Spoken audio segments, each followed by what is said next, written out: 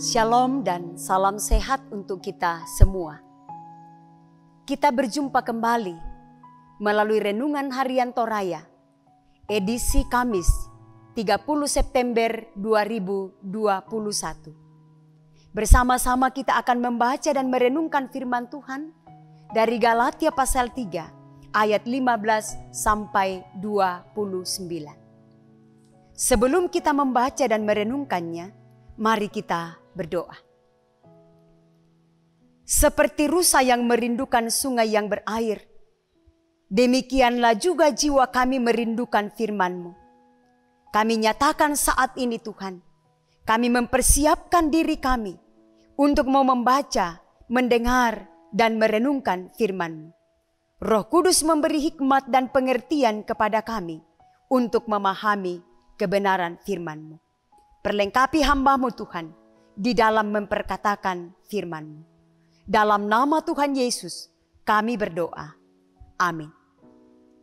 Galatia pasal 3 ayat 15 sampai 29. Hukum Taurat atau janji. Saudara-saudara, baiklah kupergunakan suatu contoh dari hidup sehari-hari, suatu wasiat yang telah disahkan, sekalipun ia dari manusia, tidak dapat dibatalkan atau ditambahi oleh seorang pun. Adapun kepada Abraham diucapkan segala janji itu, dan kepada keturunannya. Tidak dikatakan kepada keturunan-keturunannya, seolah-olah dimaksud banyak orang. Tetapi hanya satu orang, dan kepada keturunanmu, yaitu Kristus. Maksudku ialah, janji yang sebelumnya telah disahkan Allah, tidak dapat dibatalkan oleh hukum Taurat, yang baru terbit 430 tahun kemudian, sehingga janji itu hilang kekuatannya. Sebab jikalau apa yang ditentukan Allah berasal dari hukum Taurat, ia tidak berasal dari janji. Tetapi justru oleh janjilah Allah telah menganugerahkan kasih karunia-Nya kepada Abraham. Kalau demikian, apakah maksudnya hukum Taurat? Ia ditambahkan oleh karena pelanggaran-pelanggaran sampai datang keturunan yang dimaksud oleh janji itu, dan ia disampaikan dengan perantaraan malaikat-malaikat ke dalam tangan seorang pengantara. Seorang pengantara bukan hanya mewakili satu orang saja, sedangkan Allah adalah satu. Kalau demikian, bertentangankah hukum Taurat dengan janji-janji Allah? Sekali-kali tidak. Sebab andai kata hukum Taurat diberikan sebagai sesuatu yang dapat menghidupkan, maka memang kebenaran berasal dari hukum Taurat.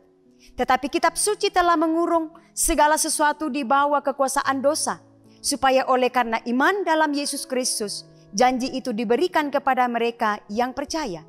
Sebelum iman itu datang, kita berada di bawah pengawalan hukum Taurat, dan dikurung sampai iman itu telah dinyatakan.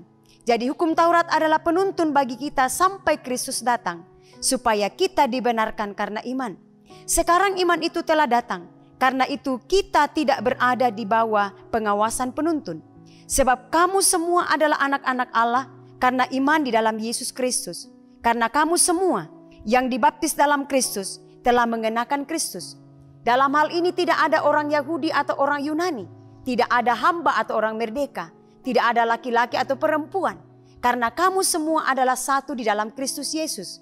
Dan jikalau kamu adalah milik Kristus, maka kamu juga adalah keturunan Abraham dan berhak menerima janji Allah. Amin. Firman Tuhan ini kita renungkan dalam tema hidup dari janji. Tuo umpentoi pangalu. Bapak, Ibu, Saudara-saudara, seseorang yang ingin menyerahkan harta warisannya kepada keturunannya atau kepada siapa ia ingin mewariskan warisannya, maka ia perlu membuat surat wasiat. Jika surat wasiat itu sudah jadi dan telah disahkan, maka surat wasiat itu tidak dapat dibatalkan atau ditambahi oleh siapapun. Setelah menasehati orang-orang percaya di Galatia mengenai keselamatan yang diperoleh dengan cara beriman kepada Yesus Kristus dan juga melakukan hukum Taurat, Rasul Paulus kemudian mengambil contoh bagaimana Abraham dibenarkan. Bandingkan Kejadian 12 ayat 7.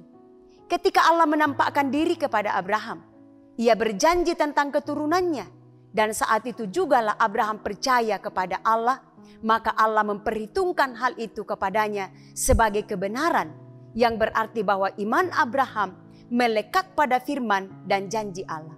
Rasul Paulus kemudian menunjukkan kepada orang-orang di Galatia dan juga bagi kita bahwa kita tidak dapat dibenarkan kecuali melalui iman yang berpegang teguh pada Injil.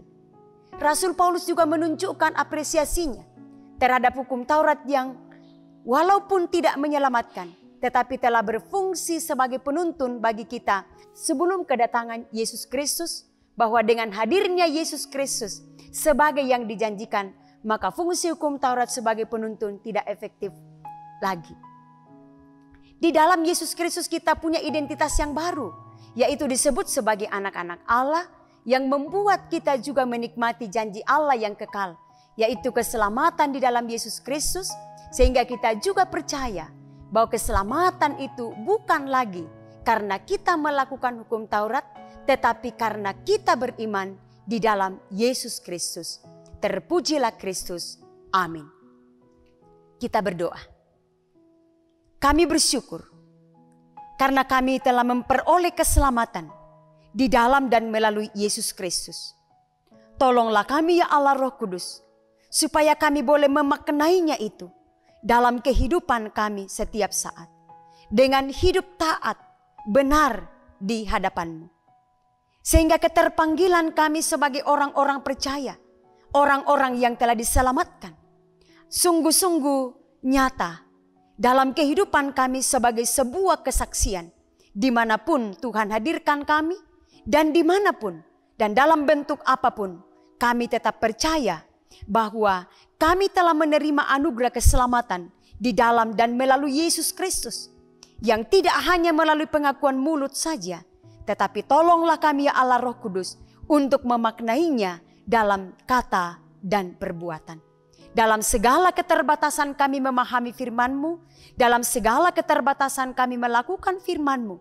Jika kami sungguh-sungguh memohon pimpinan Roh Kudus, kami dimampukan untuk menjadi pendengar, menjadi pemberita, dan menjadi pelaku firman. Sehingga nyata pengakuan kami bahwa kami telah percaya kepada Kristus dalam kata dan perbuatan. Di dalam nama Tuhan Yesus kami sudah berdoa. Amin.